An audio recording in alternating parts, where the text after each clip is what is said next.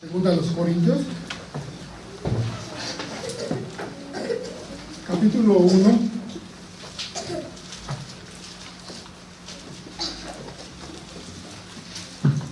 versículos del 3 al 11. Segunda a los Corintios, capítulo 1, versículos del 3 a 11. Lo vamos a leer juntos todos. Dice así: Bendito sea el Dios y Padre de nuestro Señor Jesucristo, Padre de misericordias y Dios de toda consolación, el cual nos consuela en todas nuestras tribulaciones, para que podamos también nosotros consolar a los que están en cualquier tribulación, por medio de la consolación con que nosotros somos consolados por Dios. Porque de la manera que abundan en nosotros las aflicciones de Cristo, así abunda también por el mismo Cristo nuestra consolación. Pero si somos atribulados, es para vuestra consolación y salvación. O si somos consolados, es para vuestra consolación y salvación, la cual se opera en sufrir las mismas aflicciones que nosotros también padecemos. Y nuestra esperanza respecto de vosotros es firme, pues sabemos que así como sois compañeros en las aflicciones, también lo sois en la consolación. Porque, hermanos, no queremos que ignoréis acerca de la tribulación que nos sobrevino en Asia, pues fuimos abrumados en gran manera, más allá de nuestras fuerzas, de tal modo que aún perdimos la esperanza de conservar la vida. Pero tuvimos en nosotros mismos sentencia de muerte, para que no confiásemos en nosotros mismos, sino en Dios que resucita a los muertos, el cual nos libró y nos libra, y esperamos que aún nos librará del tan grande peligro de muerte, operando también vosotros a favor de nuestra congregación, para que por muchas personas sean dadas gracias a favor nuestro, por el don concedido a nosotros por medio de muchos. Amén. Vamos a orar. Nuestro buen Dios y Padre Celestial, reconociendo, Señor, que quizás somos los seres más miserables de esta tierra, Señor, por no hacer tu voluntad, nos acercamos, Señor, al trono de tu gracia, por los méritos de tu Hijo Jesucristo, rogándote, Señor, que tengas misericordia de nosotros, que abras nuestros ojos a tu palabra, y que lo que tengas hoy para nosotros sea de bendición, porque sabemos, Dios, que nada que pase en este mundo, pues quisiéramos que nadie sufriera, Señor. No tenemos, Señor, palabras como decirte que te necesitamos, que en nuestro corazón hay ansiedad, hay tristeza, hay dolor, pero también hay alegría, Señor, y esa alegría solo proviene de confiar en tus promesas y en tu palabra, Señor. Ayúdanos, Señor, a entender lo que tienes hoy para nosotros, y que tu Santo Espíritu nos guíe, nos dirija, nos consuele, nos fortalezca, y que todo se haga para honra y gloria de tu nombre. Gracias, Señor, por darme la oportunidad a este siervo de poder hablar de ti, y que sea tu palabra, Señor, la que hable. Quita de mí, Señor, toda soberbia, toda altivez, y que sea todo en humildad, Señor, y que te goces, Señor, de lo que tú haces en tus siervos. En Cristo Jesús oramos. Amén. Amén. El tema de hoy, pueden sentarse, hermanos, perdón. El tema de hoy es la iglesia portadora de consuelo. Vemos a lo largo de la historia cómo en todo tiempo, tanto en el Antiguo como en el Nuevo Testamento, cómo la iglesia funcionaba, ¿no? Estos antecedentes deben de ayudarnos a comprender que no nada más nosotros que padecieron no tuvieron esperanza. Claro que la tuvieron, hermana, y esa es nuestra esperanza. La iglesia la formamos los que Dios ha destinado para vida eterna. Ese es el fundamento de la iglesia, la elección, y estamos aquí porque Dios se dignó, por amor de su nombre, a llamarnos. La tarea suprema de la iglesia es proclamar a los hombres la palabra de Dios. Esta palabra es útil para instruir, para corregir, para redarguir, y para muchas otras cosas. Contiene en sí mismo una inagotable riqueza de consuelo. La tarea gloriosa de llevar ese consuelo a las personas afligidas por el pecado y atribuladas por la adversidad pertenecen a la iglesia.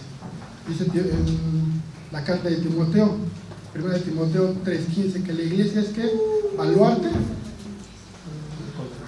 y columna de la verdad. Eso nos corresponde a nosotros como iglesia, ¿sí? Y vamos a ver cómo nos corresponde como iglesia. En virtud del oficio universal de los creyentes, todos los miembros de la iglesia deberán comprometerse en comunicar este mensaje de consuelo. De una manera particular, la iglesia debe llevar este mensaje por medio de los oficios especiales, esto es, los pastores, los ancianos, los diáconos, los líderes. También dice, eso es tan grande y variado el mensaje de consolación que la iglesia tiene en su misión, el honor de llevar alivio a los corazones afligidos. La proposición de esta tarde es que la iglesia, pues, como portadora del evangelio, lleva así consuelo para los afligidos por su pecado y consuelo para los atribulados en la adversidad. Consuelo para los afligidos. Indiscutiblemente, la iglesia debe condenar sin excepción alguna toda forma de pecado. A menudo también debe reprender a los pecadores. Ocasionalmente tiene que excomulgar a los rebeldes y contumaces. Eso es lo que la iglesia hace. Y creo que todos sabemos la disciplina de la iglesia, pero también no debemos de perder de vista que la iglesia disciplina a los hermanos no para que se vayan, sino por amor a los hermanos. Es la disciplina para que enderecen Dios su camino. Dice Isaías en el primer capítulo, dice, ¿por qué queréis seguir siendo castigados? Dice, el asno y el buey conocen el pesebre de su Señor, ¿no? Pero Israel no tiene conocimiento. Esa es la iglesia, hermano. Así funcionaba también la iglesia del Antiguo Testamento, ¿sí? Dice, pero nunca olvidar que la palabra de Dios, lo mismo que condena el pecado, también consuela al pecador afligido y le ofrece graciosamente su perdón. Existen pecadores a quienes su conciencia les acusa de haber ofendido a Dios y, no conociendo el verdadero camino, recurren a su imaginación y tratan de calmar la ira de Dios por medio de autotorturas. ¿Qué hacía Calvino, hermanos, cuando pecaba? Decía que pecaba demasiado delante de Dios. Se flagelaba, ¿no? Lutero, ¿no? Se flagelaba, ¿no? Pero nosotros también, digo, ¿qué no hicimos con nuestra fe? Queríamos ver a Dios, queríamos palpar a Dios, queríamos sentirnos libres de la carga de nuestros pecados o de lo que habíamos hecho que nadie supuestamente conocía. A veces utilizábamos hasta amuletos para buena suerte, pensando que eso iba a controlar nuestro pecado. No es cierto, hermanos. Dios conoce nuestros pecados. Nada está exento delante de Él. Él sabe lo que hicimos hoy. Y de lo más, dice la Escritura, sabe lo que vamos a hacer en 10 minutos. ¿Para qué nos esperamos a mañana? En 5 minutos. ¿Sí? También hay quienes temen haber ofendido a Dios y con tantos pecados piensan que para ellos no hay consolación. ¿Se acuerdan cuando Jesús es invitado a la casa de un tal principal de la sinagoga? Y se sienta a la mesa y dice el principal, y llega una mujer y se le echan los pies. Y dice el principal, si este hombre en verdad fuera profeta, sabría qué clase de mujer está ahí. A veces nos es fácil condenar o juzgar a los demás, pero no vemos lo que nosotros hemos hecho. Eso nos hace también pecadores. No necesitamos a veces tener, no sé, una gran imagen. No, hermanos. Sí, Cristo nos rescató de nuestra vana manera de vivir, pero no es una varita mágica para cambiar. La forma en la que vamos cambiando, lo vamos transformando, es escuchando, leyendo su palabra y congregándonos, porque si no nos congregamos, nos vamos enfriando. Y después viene la rebeldía, y después viene la apostasía. Y la apostasía produce muerte. Ciertamente, la iglesia debe denunciar el pecado y condenar la práctica de este. Debe también exhortar al pecador al arrepentimiento, pero nunca debe olvidar que es portadora del mensaje de reconciliación y de salvación. Un ejemplo de este doble compromiso del arrepentimiento es David. ¿Cuál fue el pecado de David delante de Dios? No solamente cayó en adulterio, hermanos, sino que también mandó a asesinar. Y a veces decimos, no, pues es que yo no asesinaba a nadie. Yo no he matado a nadie, ni soy ratero, no. No es necesario llegar a eso, hermano. Nuestro Señor Jesucristo dijo que de la abundancia del corazón habla la boca. Y si el corazón está corrompido, ¿qué cree que va a hablar? Si el hombre es pecador, ¿qué cree que va a decir? Nosotros somos pecadores, sí, pero redimidos por amor de Jesucristo. ¿Sí? Y todos los pecados que nosotros teníamos o sabíamos que hicimos, ya fueron borrados por la sangre de Jesucristo. ¿Sí? Dice, por una parte denuncia con el pecado, ¿sí? Pero también al mismo tiempo le denuncia las nuevas del perdón. Cuando leemos el Salmo 51, ¿qué dice? Empezamos a leer el Salmo y empieza a hablar David de su necesidad de perdón. Quiero que busquemos en el Salmo 51 el versículo 12 y el 17.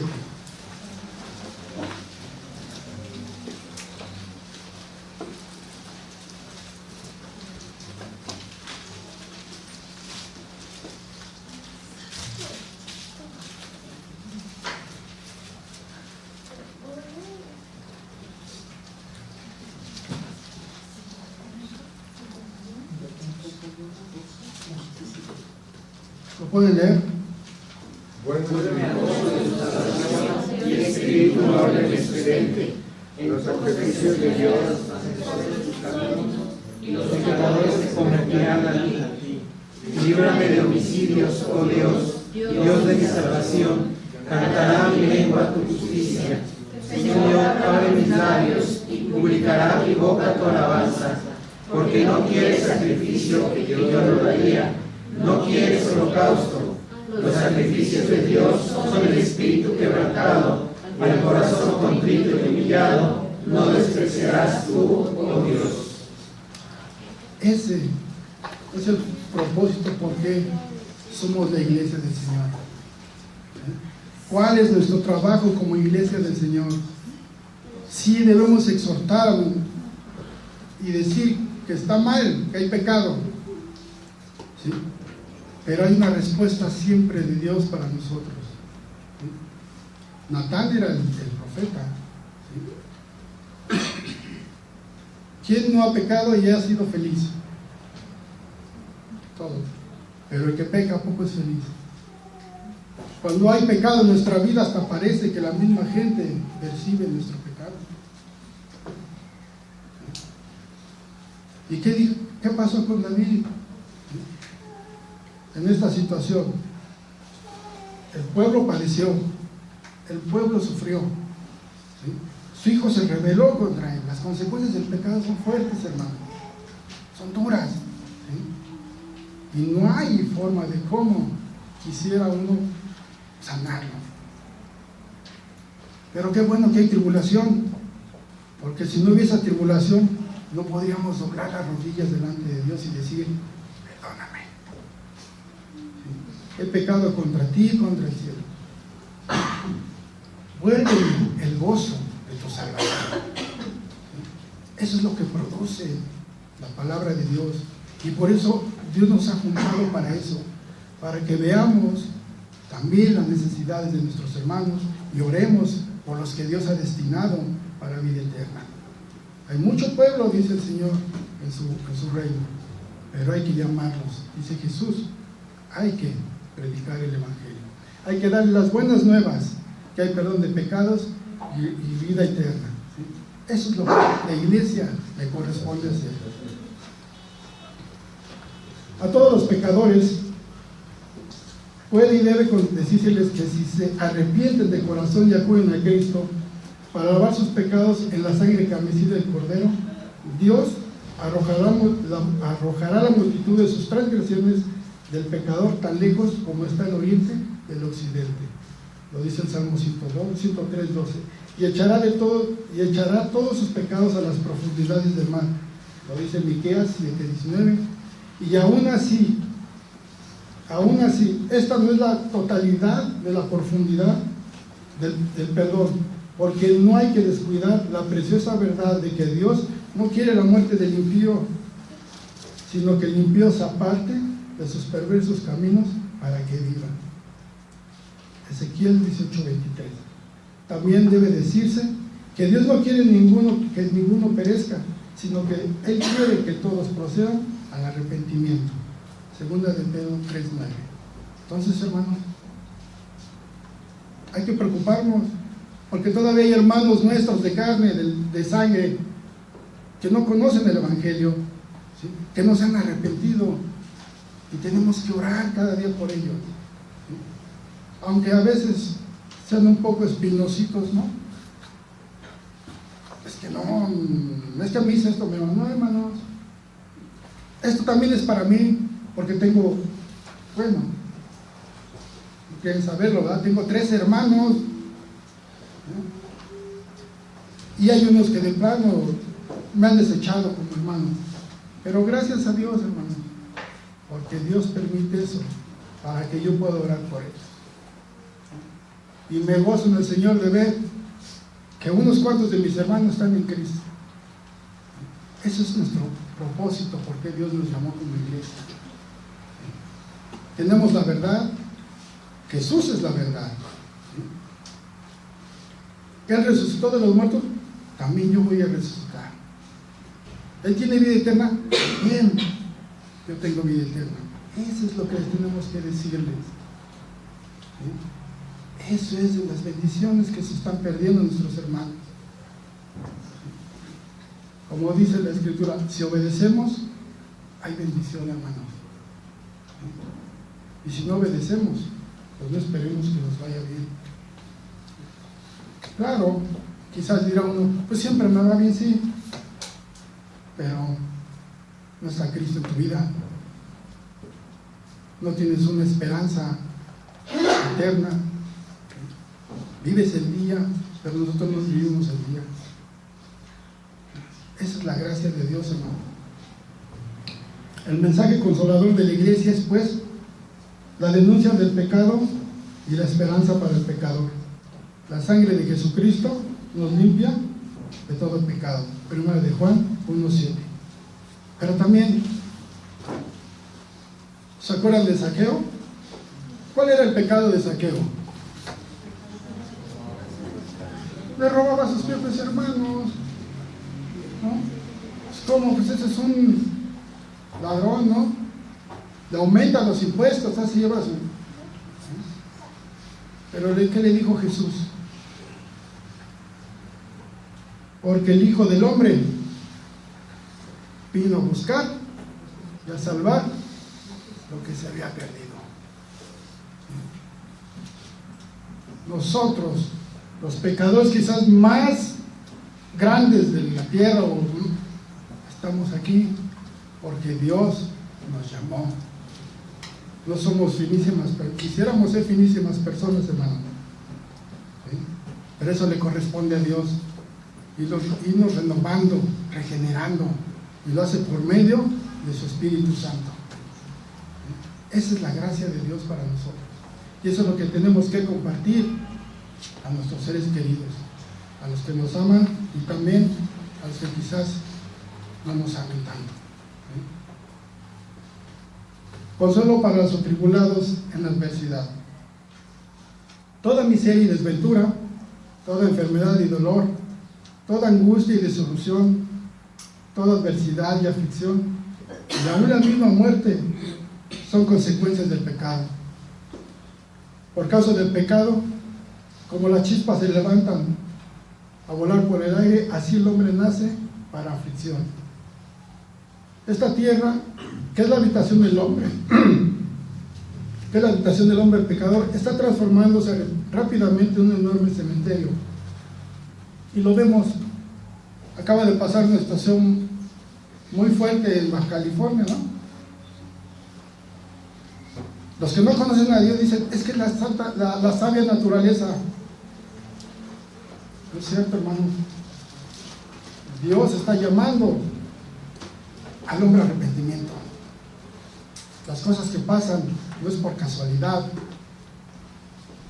Pasan con un plan y propósito de Dios. Y lo vemos en el Antiguo Testamento. ¿Cuántas veces Dios permitió que el pueblo no fuera conquistado? ¿Cuántas veces el pueblo se rebeló? Sí, Moisés vuelve a hablar por nosotros, y sí somos rebeldes, sí, pero sé tú el que hable por nosotros.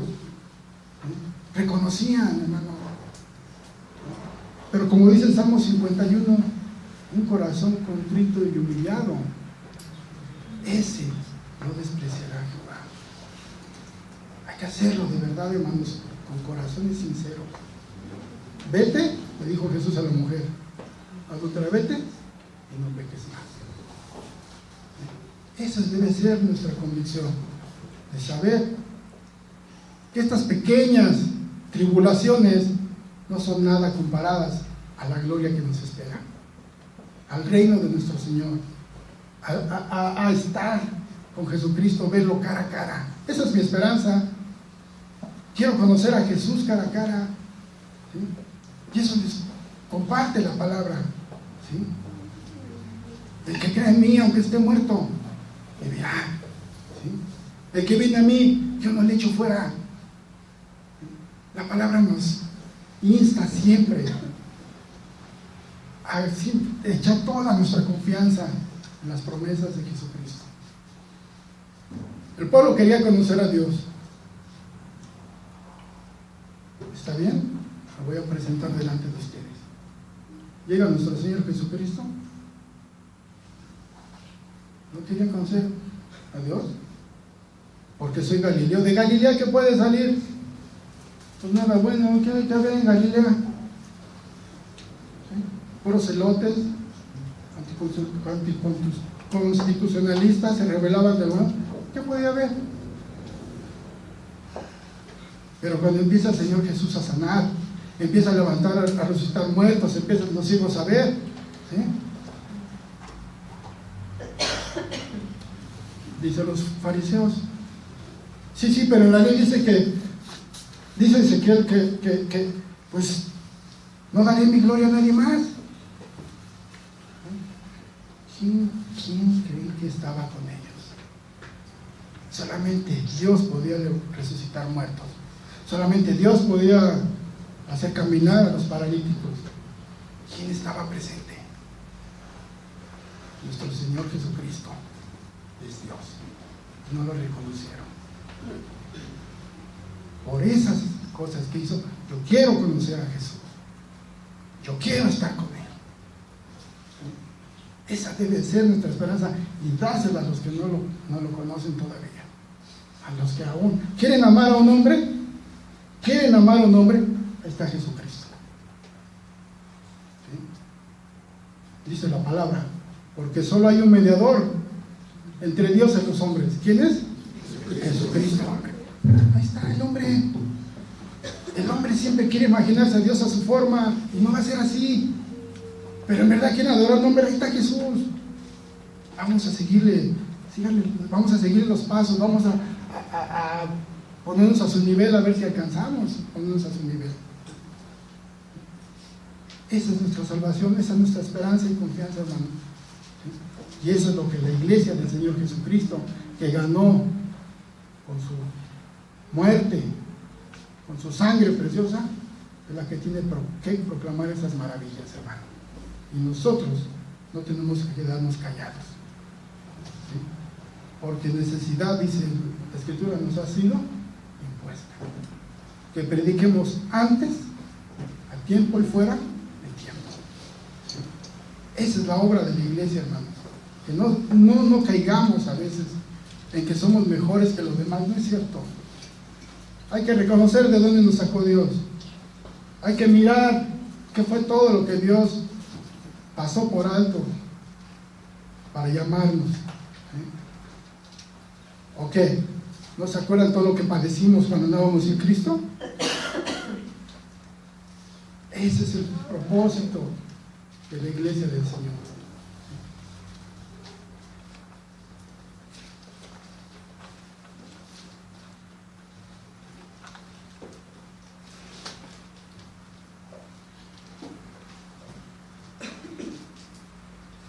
Pero en medio de la tribulación, de las aflicciones, el creyente puede clamar: Jehová es mi pastor, nada me faltará. Aunque ande en valle de sombra de muerte, tú estarás conmigo. Aderezas mesa delante de mí en presencia de mis angustiadores. Es cierto que la palabra de Dios abunda en consuelo para los santos que sufren, pero también es cierto que hay un mensaje de esperanza para todos los que están pasando por momentos de intenso sufrimiento, aun cuando hayan experimentado la salvación única por la fe en Jesucristo. Un ejemplo se puede encontrar en Agar y su hijo Ismael, quienes, sin pertenecer al pueblo del pacto, por la misericordia de Dios, sus vidas fueron preservadas. A tales personas atribuladas hay que llevarles el consuelo divino y presentarles también la magnánima misericordia de Dios, el cual es amplio en ayudar y perdonar. ¿Qué dice el Salmo 122, hermanos? ¿Podemos buscarlo? El Salmo 27:4. El 122, versículo 1. Yo me alegré con los que me decían: a la casa de Jehová iremos. Esa es nuestra iglesia, hermanos. Esta es la iglesia que el Señor fundó. Venimos aquí porque venimos cargados de situaciones complejas y difíciles, de adversidades. Si los salmistas, si el pueblo lo sabía, es porque tenía claro dónde encontrar consuelo para su ser. ¿Qué dice el Salmo 24? Perdón, el 27:4. Una cosa he demandado a Jehová, esta buscaré, que esté yo en la casa de Jehová todos los días de mi vida, para contemplar la hermosura de Jehová y para inquirir en su templo. Ese debe ser nuestro sentir.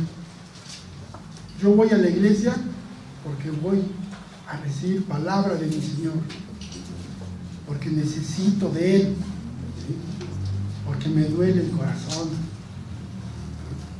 Ese debe ser, y aún más, porque quiero ver a mis hermanos, porque amo a mis hermanos. Eso es la iglesia, hermanos. Dejemos atrás lo que quizás nos hicieron. Dios de todos modos se va a encargar de poner las cosas en su lugar.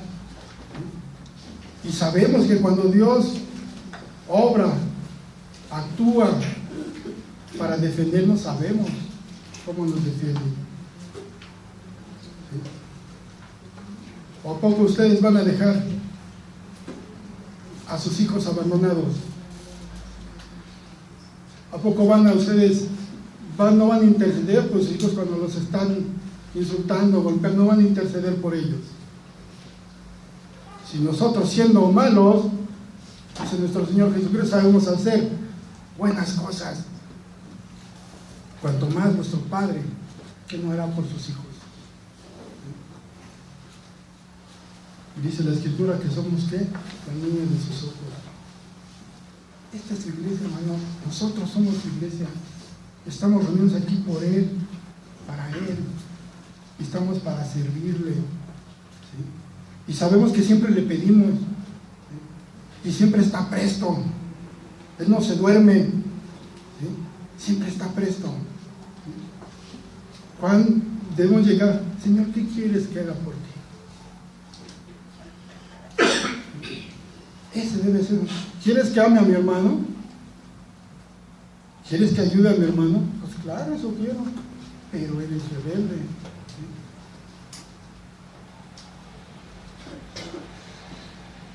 ¿Sí? Ese es el pueblo de Dios, hermano. ¿Sí? Para que digan, como en el Antiguo Testamento, nación perfecta es esta. ¿Quién como el Dios de los hebreos, no? ¿Qué Dios hay? Decían, ¿qué Dios hay que sea como el Dios de los hebreos? Que siempre está juntito a ellos, siempre platica con ellos. Ay, no, hermano.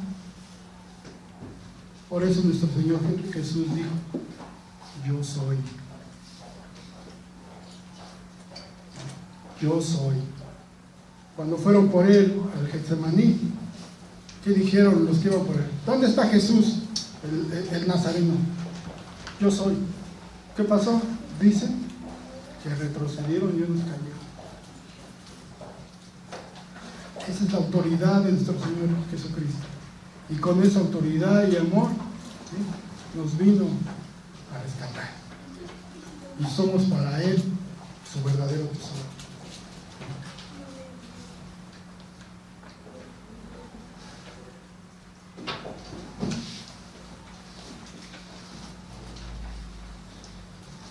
Por otra parte, los hijos de Dios, cuando se encuentran en gran tribulación, deben de recordar que cualquier clase de mal que les venga es controlada por la providencia de nuestro Señor amoroso. Los cristianos deben tener presente que nada sucederá que Dios no haya determinado.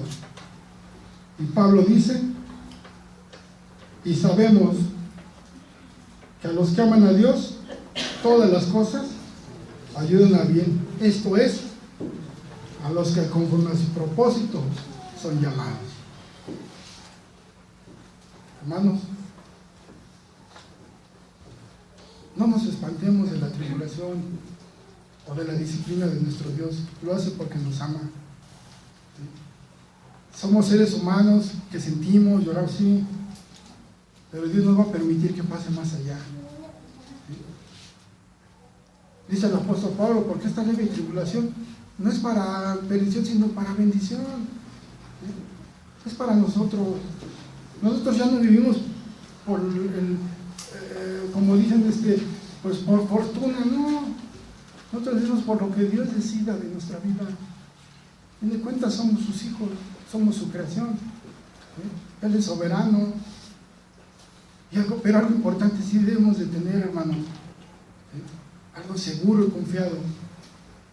Si sale el sol, es por usted y por mí.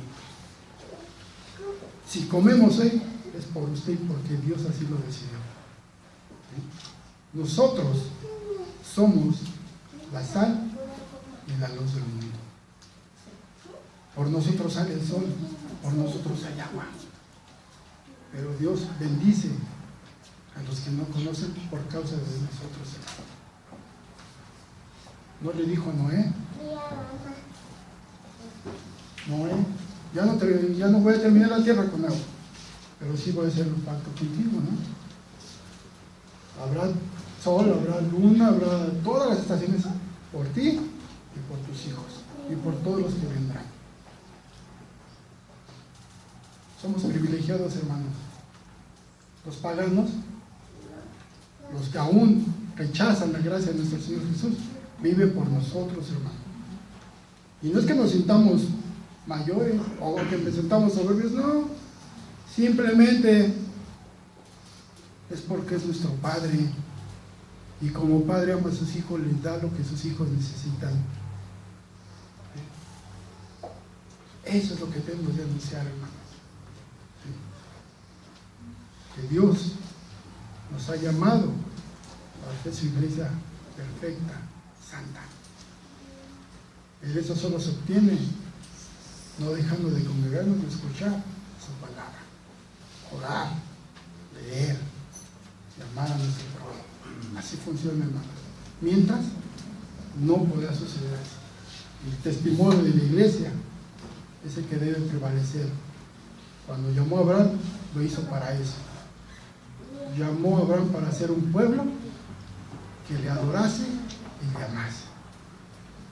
Y nosotros ahora formamos parte de ese pueblo, para hacer testimonio, para hacer luz a los que no conocen a nuestro Señor y Dios.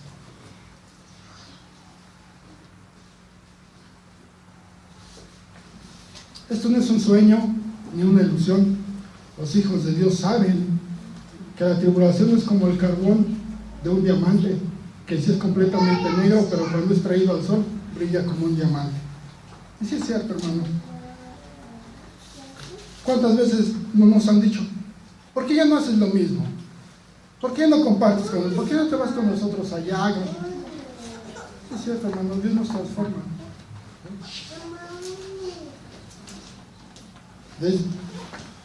Yo les decía a mi madre, es que Dios te ama. Dios quiere. No, pero es que a mí me gusta como eras antes.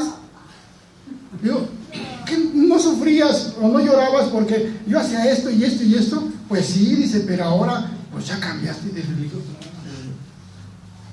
No, Cristo me transformó. Cristo está haciendo en mí algo mejor. ¿No querías que dejara de tomar? ¿No querías que dejara esto? No, pues glorificar a Dios entonces. Ese es el ejemplo, el testimonio que debemos dar a la iglesia. Y creo que ustedes también saben lo que Dios les ha hecho en sus vidas y cómo los ha transformado. Eso es lo que está diciendo. Así nos transforma su palabra y la misericordia de Dios. La tribulación de la vida no son meros caprichos de Dios. Cuando la tribulación invade los corazones de los creyentes, estos deben saber que las aflicciones tienen un propósito de la disciplina, de la templanza, del carácter cristiano y la capacitación para llevar a otros el consuelo divino. ¿Y por qué cambiaste? Bueno, porque Cristo me transformó. Pero también tú puedes. ¿Qué le dijo Ruth a Noemí? Le dicen primero a Noemí, vete, búscate otro marido, otro hombre, búscatelo. Dice Ruth, no, donde tú vayas yo voy, y donde tú mueras yo moriré. Y si tu Dios es Jehová, también va a ser mi Dios. Eso es lo que tenemos que hacer, la iglesia del Señor.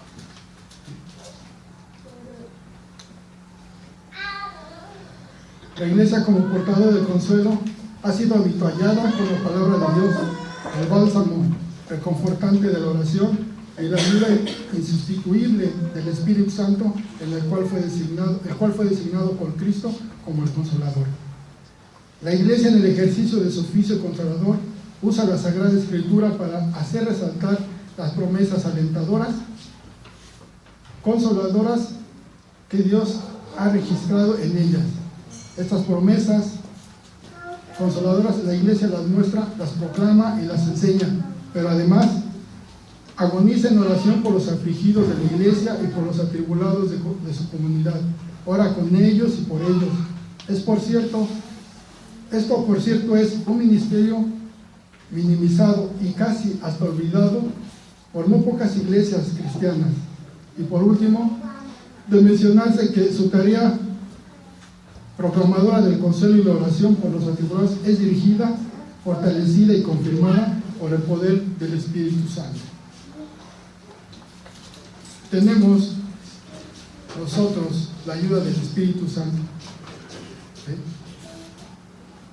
Y somos justificados por nuestro Señor Jesucristo.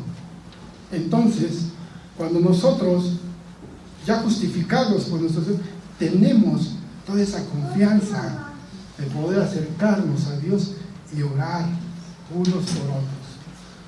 ¿Sí? Dice el Salmo 34. este pobre clamó a Jehová, y lo oyó y lo libró de todas sus angustias. Esa es la confianza que tenemos en el Espíritu Santo. También dice la Escritura, ¿no?, que la oración del justo puede mucho. ¿Sí? ¿Por qué? Porque es el Espíritu Santo.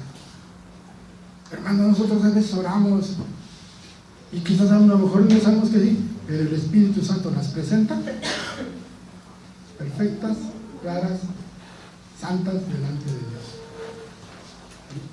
Esa es la comunión con el Espíritu Santo también. No estamos solos, no estamos abandonados. Dios sigue sustentando a su iglesia, Dios sigue cuidando de su pueblo. Concluyendo, hermanos, se ha visto pues que las obras de misericordia son una tarea de la iglesia como comunidad, no en forma individualista, o como está en boga decirlo, de manera paraeclesiástica. La iglesia es la portadora del consuelo tanto para los afligidos por su pecado, como para los atribulados por las adversidades de la vida. La iglesia debe llevar a los afligidos por su pecado las palabras reconfortantes del Santo Evangelio, y la sangre de Jesucristo nos limpia de todo pecado. Asimismo, la iglesia es la encargada de llevar alivio a los atribulados con el bálsamo de la oración y la palabra y con las obras de misericordia. Es por cierto muy triste, hermanos, que mejor los hijos de este siglo llevan ventaja sobre nosotros. Nuestra nación cuenta con el cuerpo llamado Protección Civil y Ejército Mexicano, y el Ejército Mexicano tiene el plan DN3 y el DN3E, ¿no? Y la Iglesia de Jesucristo, ¿qué tiene, hermanos? ¿Qué tiene? Nada, hermanos, nada. Hay veces que no queremos perder tiempo, o hay veces que también quizás venimos a la iglesia como de rayo, nada más comprometer, nada más hacemos el protocolo. Ya vine, ya escuché, ya me senté.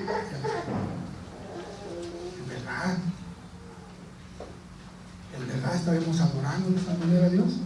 Estamos haciendo lo que Dios le agrada. Necesitamos, los hijos de Dios, ser más inteligentes y sabios, estar prestos para los momentos que necesiten de nosotros.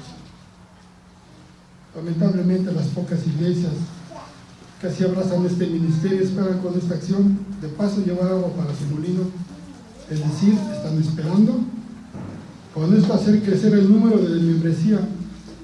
La iglesia debe prestar ayuda sin interés mezquino, porque al fin y al cabo serán añadidos a la iglesia solamente aquellos que están ordenados para la vida eterna.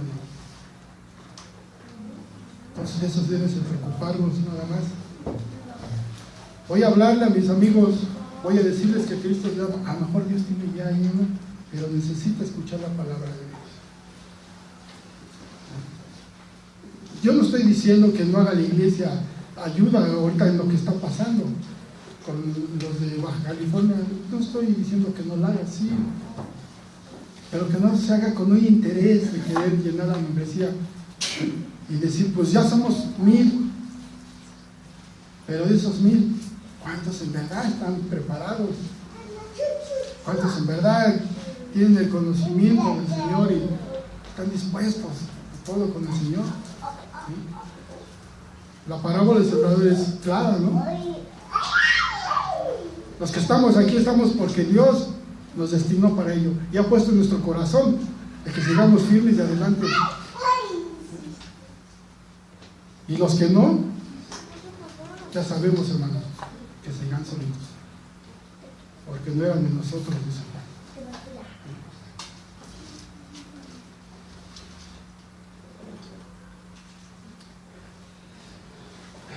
Este será uno de los grandes retos de la próxima Junta de Diáconos, la ayuda sistemática y progresiva para los pobres y un plan de ayuda en caso de emergencia. La iglesia debe estar lista para animar y apoyar a los diáconos en esta noble tarea. Que Dios nos ayude, hermanos, a cumplir con nuestra tarea consoladora. Ese es nuestro trabajo como iglesia. Que Dios nos bendiga, hermanos. Vamos a ver. Nuestro buen Dios y Padre Celestial, sabe, Señor, perfectamente que carecemos de todas estas virtudes quizás. Ayúdanos, Señor, a no postergar más